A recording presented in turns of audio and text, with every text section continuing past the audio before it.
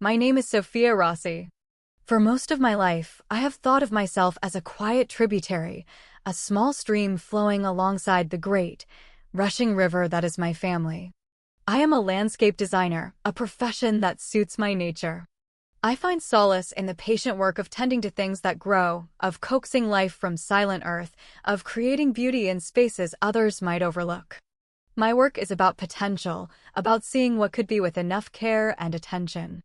For years, I applied the same philosophy to my family, believing that if I were patient enough, nurturing enough, I could eventually cultivate a space for myself within it. My story, the one that truly matters, begins on a cool autumn evening at my parents' 40th wedding anniversary dinner. The restaurant, a place in downtown Ardley called the Gilded Perch, was my mother's choice. It was a study in tasteful restraint, all muted grays and polished chrome, with lighting so artfully dim it felt less like ambience and more like a secret. The air was still and smelled faintly of expensive perfume and starched linen. It was the kind of place where you instinctively lowered your voice, where the clink of a fork against a plate felt like a transgression. I arrived perfectly on time, a small victory for someone who always felt as though she were running to catch up. My sister, Isabel, was already there, of course. She was the center of the small universe our family orbited. Her laughter, bright and sharp, was the first thing I heard. She sat beside our parents, her posture perfect, her dark hair a sleek, shining helmet.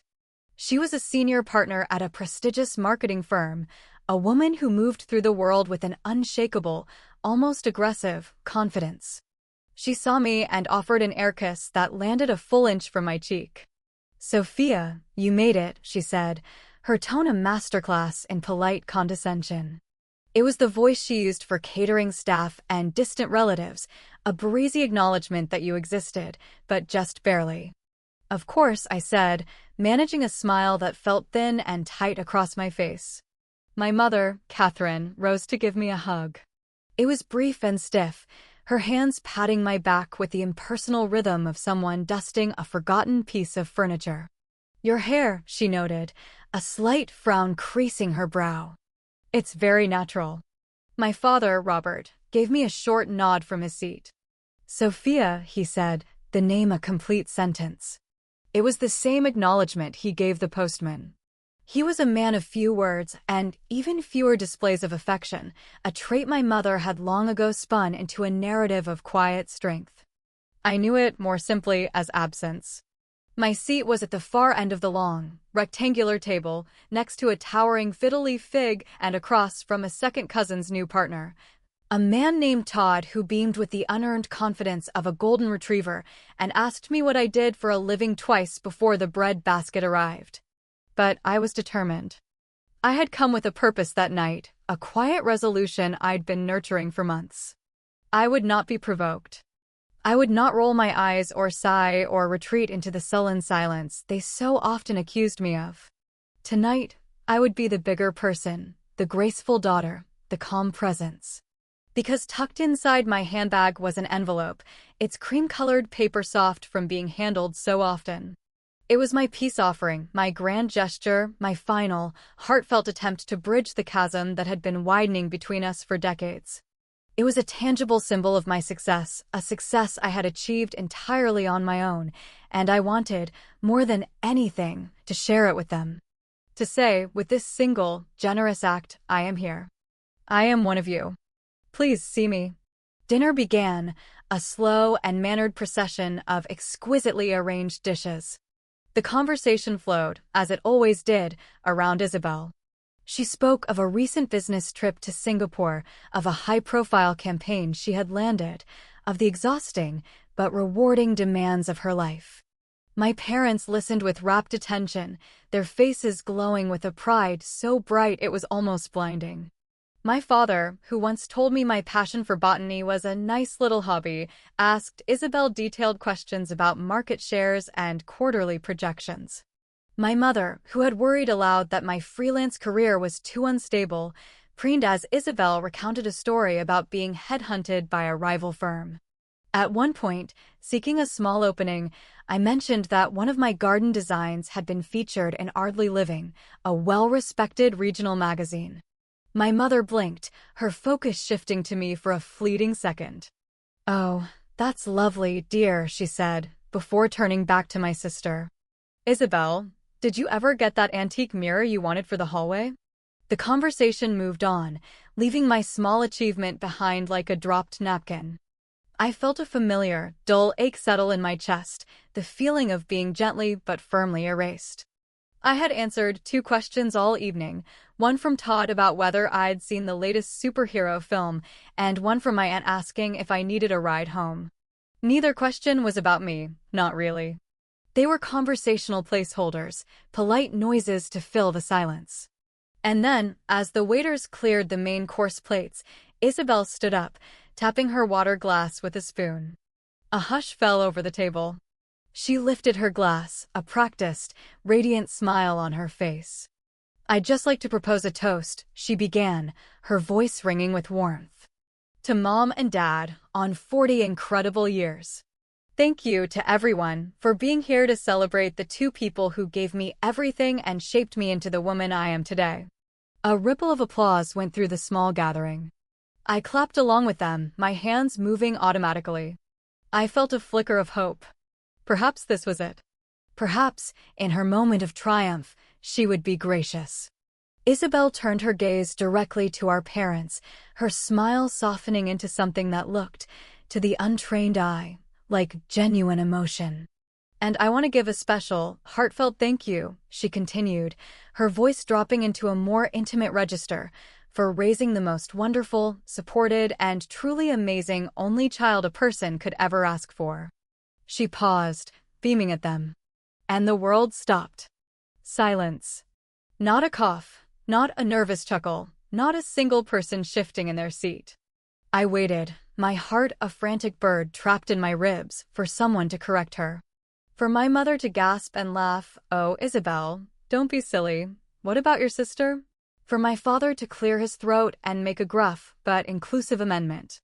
For anyone to do anything. Instead, my mother, her eyes glistening with tears of happiness, lifted her own glass in a silent salute. My father beamed, that proud, closed-off smile he reserved for moments of pure, unadulterated pride in his perfect daughter. He looked at Isabel as if she had just hung the moon in the sky. There was no flicker of acknowledgement in my direction. No brief, apologetic glance. Nothing. It wasn't a slip of the tongue. It was a statement of fact. In that pristine, silent room, I was not just unseen, I was non-existent. A strange calm washed over me. It wasn't the hot flash of anger I might have expected, or the cold dread of humiliation. It was a profound and sudden quiet, the kind that comes when a long-held, painful hope finally dies.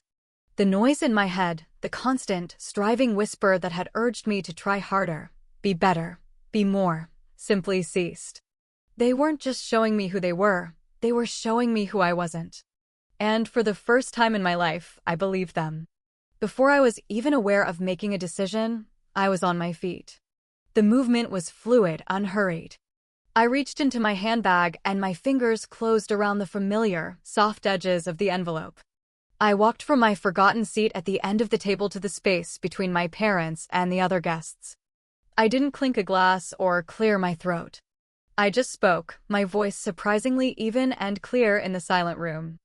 "I had something prepared tonight," I said, my gaze sweeping over my parents' stunned faces before moving on. "A gift for the people who raised me." A murmur of confusion went through the room. Heads turned. Isabel's perfect smile had frozen, then collapsed into a slack-jawed stare. My mother's lips parted slightly, as if she were searching for a charming quip to diffuse the situation and coming up empty. I turned my back on them, looking towards the smaller table in the corner, the one for the B-list relatives. My Aunt Maria and Uncle Leo were sitting there, looking bewildered. My aunt's hand was fluttering at her chest, her eyes wide with a mixture of shock and a deep, familiar sympathy. My Uncle Leo looked as if he'd been struck. I walked over to their table. I didn't make a speech. I didn't offer a dramatic explanation. I simply held out the envelope to them. "This is for you," I said softly, my eyes meeting theirs. "For everything." My Aunt Maria stared at the envelope as if it were a live thing. Leo's gaze flickered from the envelope to my face, his expression unreadable but intensely present. He reached out a slightly trembling hand and took it from me. Then I walked back to my seat, sat down, and picked up my water glass. The silence that followed was different. It was no longer polite or restrained. It was thick, heavy, and absolute. It was the sound of a carefully constructed reality shattering into 1,000 pieces. No one spoke. No one moved. The air itself felt fragile, stretched to its breaking point. But for the first time all night, for the first time in what felt like a lifetime, I could breathe. I took a deep, steadying breath, and the ache in my chest began to dissolve. I wasn't waiting anymore. I wasn't hoping. I wasn't pleading to be seen. They had raised an only child, after all. And in the end, I had simply given my gift to the people who had actually raised me. They say that when people show you who they are, you should believe them the first time. I used to think that was a cynical platitude, something people embroidered on pillows. But the truth is, my parents and my sister had been showing me who they were for my entire life. I was just too determined to see something else. The signs were always there, written in the pale ink of childhood memory. Isabel's clumsy finger paintings were framed and hung in the hallway. My meticulously drawn sketches were praised with a distracted, "That's nice, dear," before being tucked away in a drawer. When Isabel sang off-key in the school nativity play, my parents' applause was thunderous. When I won a citywide poetry competition in middle school, my father patted my shoulder and said, "Well, don't go quitting your day job," a job I didn't yet have. I remember my 8th birthday with a painful clarity. I had wanted a bicycle more than anything in the world.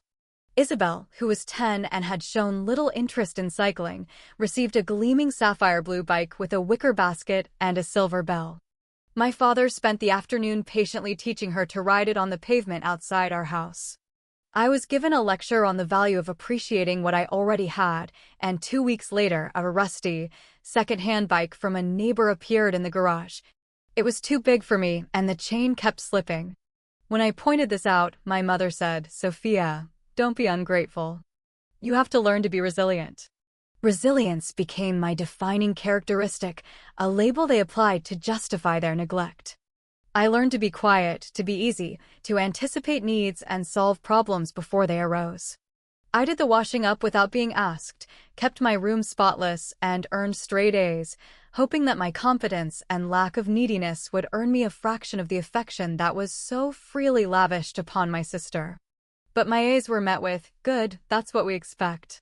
When Isabel scraped a C+ in chemistry, my father hired her a private tutor, and my mother baked a cake to cheer her up. My high school graduation was a non-event. They forgot to make a reservation, so we ended up at a brightly lit chain restaurant where my father declared the onion rings world-class, as if that made up for the lack of occasion. For Isabel's university graduation 2 years later, they rented a private room at an upscale hotel. There was a string quartet, a catered buffet, and a slideshow of her life set to sentimental music. It felt less like a celebration and more like a coronation. Through it all, I told myself I didn't need the fuss. I was the low-maintenance one, the independent one, the one who didn't crave the spotlight. I didn't realize that I wasn't standing outside the spotlight by choice. I was living in a shadow. I wasn't being independent. I was shrinking, learning to make myself so small that the lack of attention wouldn't hurt so much. My Aunt Maria and Uncle Leo were the ones who first noticed. They never criticized my parents directly, never staged a dramatic intervention. Their support was a quiet, steady presence, a gentle counter-narrative to the one I was living. They were my mother's younger sister and her husband, a warm, unassuming couple who lived in a small, cluttered house on the other side of the city. When my parents wanted a weekend away from it all, which usually meant a weekend away from me, they would drop me at Maria and Leo's. My mother would hand me over with a list of my shortcomings. "She's a picky eater," she'd warn. "And she gets terribly sentimental if you let her watch sad films." Maria and Leo never treated me like a burden. They'd let me choose the movie, and when the horse Artax sank into the swamp of sadness in the never-ending story, and I began to sob, Maria didn't tell me to stop being silly. She wrapped a blanket around my shoulders and said, "It's all right to be sad, sweet pea. It means you have a big heart." It was the first time anyone had ever framed my sensitivity as a strength. Once, I spilled a glass of blackcurrant squash on their cream-colored rug. I froze, bracing for the sharp reprimand I would have received at home. But Leo just looked at the spreading purple stain, then at my terrified face, and said, "Well, looks like the rug just got a bit more interesting." He knelt beside me with a cloth and told me a story about the time he'd accidentally painted their cat green. "Things are just things, Sophia," he'd said, dabbing at the stain. "People are what matter."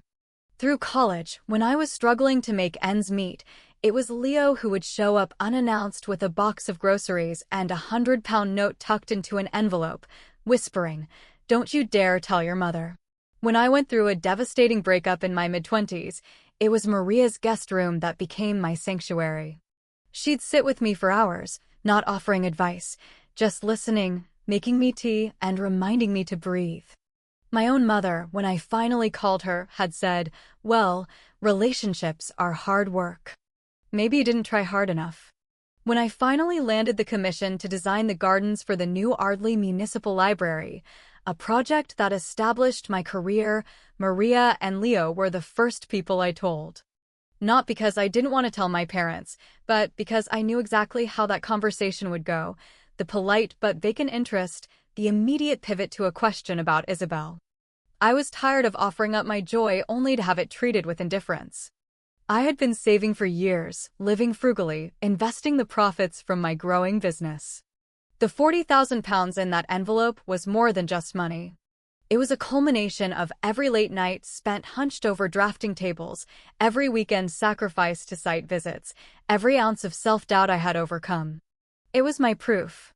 I had built a life, a successful one, without their help. My initial plan was to give it to them as a contribution towards the cottage in the countryside they'd always talked about retiring to. It was a gesture of love, yes, but it was also a desperate plea for recognition. See what I have become. See what I can offer. Am I worthy now? A few weeks before the anniversary dinner, I was sitting in Maria and Leo's kitchen. The air smelled of coffee and toast. Leo was telling a rambling story about his battle with the squirrels in his garden, acting out both parts with comical exaggeration. Maria was watching him, her eyes sparkling with an affection that was so easy and profound it made my chest ache. In that small, sunlit room, surrounded by their comfortable chaos and unconditional warmth, I felt a sense of belonging so powerful it was almost overwhelming. "You know," I confessed, my voice barely a whisper, "I used to pretend you were my real parents." Maria stopped stirring her coffee. She looked at me, her gaze steady and full of a love that needed no explanation. "Oh, Sophia," she said softly. "But we are."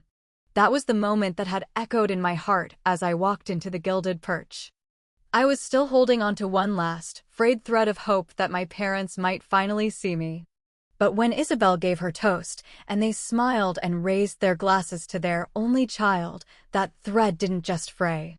It vaporized. They hadn't just forgotten me in that moment.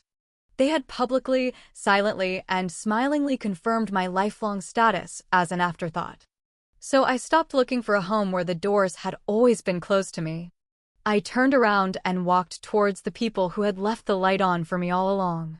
The morning after the dinner, a fragile quiet seemed to have settled over the world. I sat on my sofa, cradling a mug of tea, watching the dust motes dance in the pale sunlight slanting through the window. My phone buzzed on the coffee table. A text from Maria.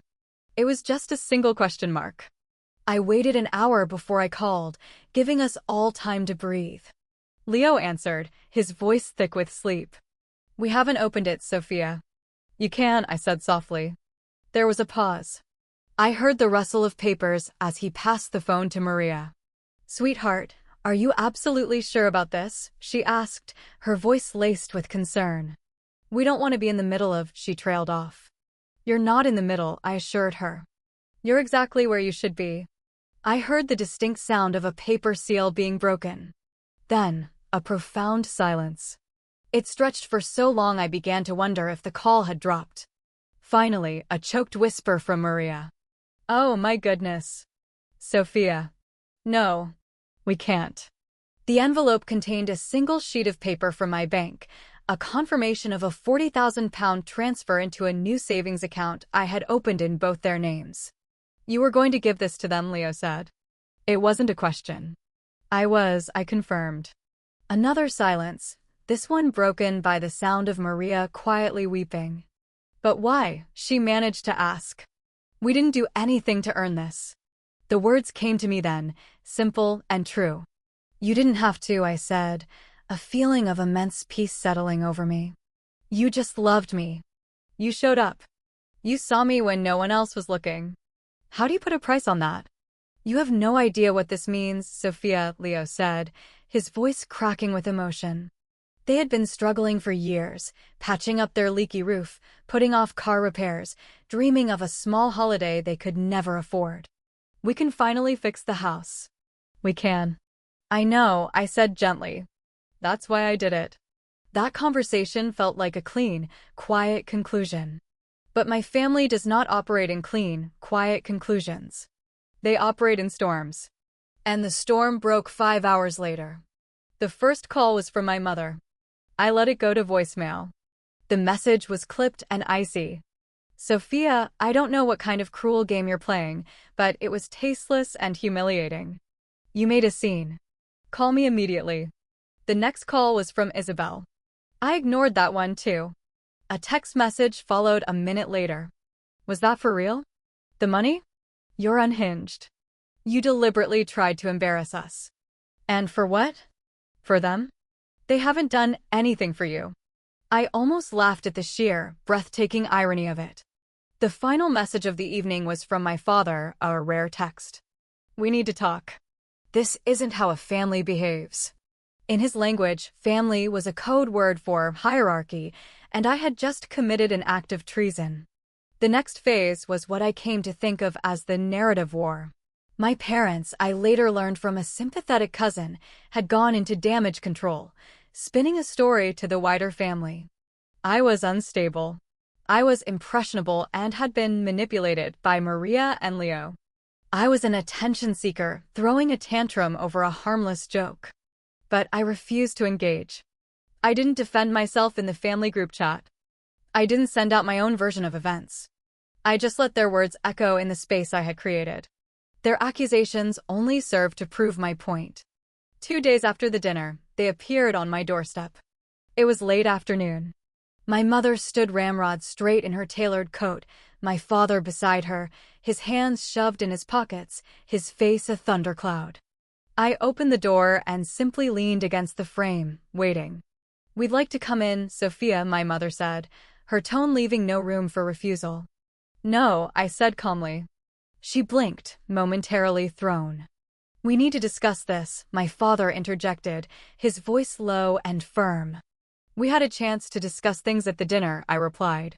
"You seemed more interested in toasting to your only child."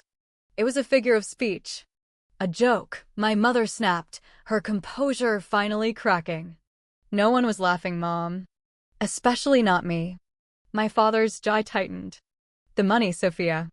£40,000. That wasn't a joke. You were going to give that to us." I agreed. "That money," my mother said, her voice dropping to a low, furious hiss, "could have paid for the new roof. It could have been the deposit on the cottage. It could have helped with your father's medical expenses." She was listing all the things I had hoped it would be for, using my own secret intentions as a weapon against me. "I know," I said. "That's why I saved it." My father stared at me, his eyes cold. "So what is this?" "Revenge." I looked from his stony face to my mother's trembling fury, and I felt not anger, but a deep, sorrowful pity.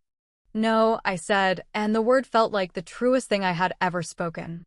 "This is gratitude. I gave my thanks to the people who earned it." "You're tearing this family apart," my mother whispered, her eyes filling with tears of rage and self-pity. I took a slow breath, feeling the solid ground beneath my feet. No, I said. I'm finally choosing one. I closed the door gently in their faces. The click of the latch was not a sound of anger, but of finality.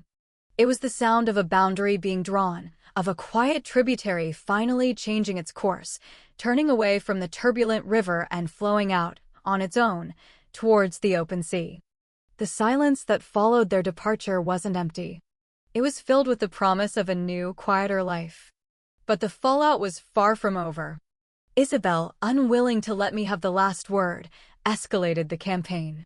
She began posting vague, sanctimonious messages on social media, photos of our parents captioned with phrases like, "True family is about loyalty, not grand gestures," and "so grateful for parents who gave everything and asked for nothing." It was a masterpiece of passive aggression, designed to paint me as a villain without ever mentioning my name. Then came the move that showed me their true capacity for cruelty. Maria called me one afternoon, her voice small and wounded. She had received an anonymous email. It contained screenshots of old text messages I had sent to a friend years ago during a period of intense frustration. They were snippets of events, moments of weakness where I had complained about feeling smothered by Maria's concern or wished for more space. "I love her, but sometimes I wish she would just back off," one read. "It's like they're trying to make up for my own parents, and it's just a lot," read another. They were words torn from context, weaponized to inflict maximum pain. It was unmistakably Isabel's handiwork. "I know you didn't mean it like that, sweetheart," Maria said, her voice thick with unshed tears. But it did hurt to see it. That night, I drove to their house with a box of their favorite pastries and a heart full of shame and anger. I sat at their kitchen table, the same table where I had felt so safe just weeks before, and I apologized. "I am so sorry," I said, my own eyes burning. "For saying those things. For ever making you feel for 1 second that your love was a burden. It was never a burden. It was my lifeline." Leo just refilled my mug with coffee. Maria reached across the table and took my hand, her grip firm and warm. "Sophia," she said, her voice clear and steady. "We are not your parents. We are not Isabel. We do not keep a ledger of slights. You are a young woman, figuring things out. You are allowed to be frustrated. You are allowed to be messy. It doesn't change a thing." In that moment, the last vestiges of guilt I felt towards my parents dissolved. Their love was conditional, transactional, a prize to be won through perfect behavior. Maria and Leo's love was a shelter, big enough to house all my imperfections. The next day, I wrote a letter. Not an email or a text, but a formal letter on thick, plain paper. It was not emotional or accusatory. It was a simple statement of boundaries. "Dear Catherine, Robert, and Isabel, this is to inform you that I am choosing to step away from our relationship for the foreseeable future. I ask that you do not contact me by phone, email, or any other means. Please do not attempt to contact me through friends or other family members. This decision is not a negotiation, but a necessary step for my own well-being. I wish you peace. Sincerely, Sophia." I sent it by registered mail. A week later, a call came from an unknown number. I let it go to voicemail. It was my mother, her voice moving from tearful pleading to venomous anger. "How could you do this? After everything we did for you? You have a cold, black heart, Sophia. You've broken your father. I hope you're proud of yourself." And as I listened, I realized, with a strange sense of quiet surprise, that I was. I was proud of myself. Not for causing pain, but for finally ending my own. That winter was the first in my memory that wasn't fraught with the tension of forced holiday cheer. I spent Christmas with Maria and Leo. We didn't do much. We cooked a small turkey, watched old black and white films, and played fiercely competitive games of Scrabble. The house was warm and smelled of pine needles and cinnamon. Leo had used some of the money to finally get the roof fixed and install new, draft-proof windows. "It's the quietest the house has ever been during a storm," he'd said, looking at me with immense gratitude.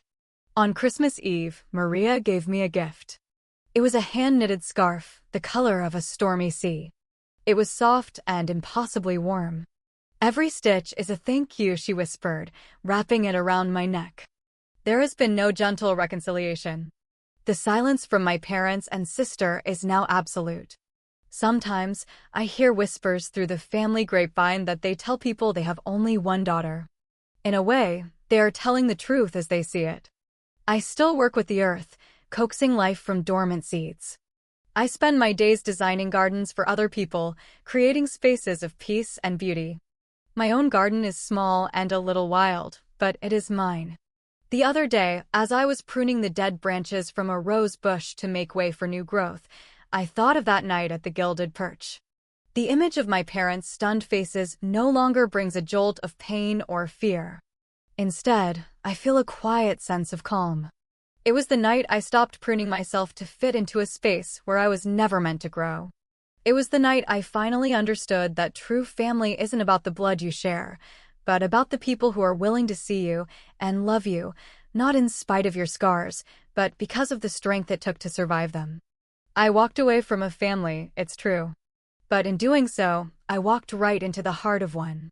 And here, in the quiet earth of this new life, I have finally, truly begun to bloom.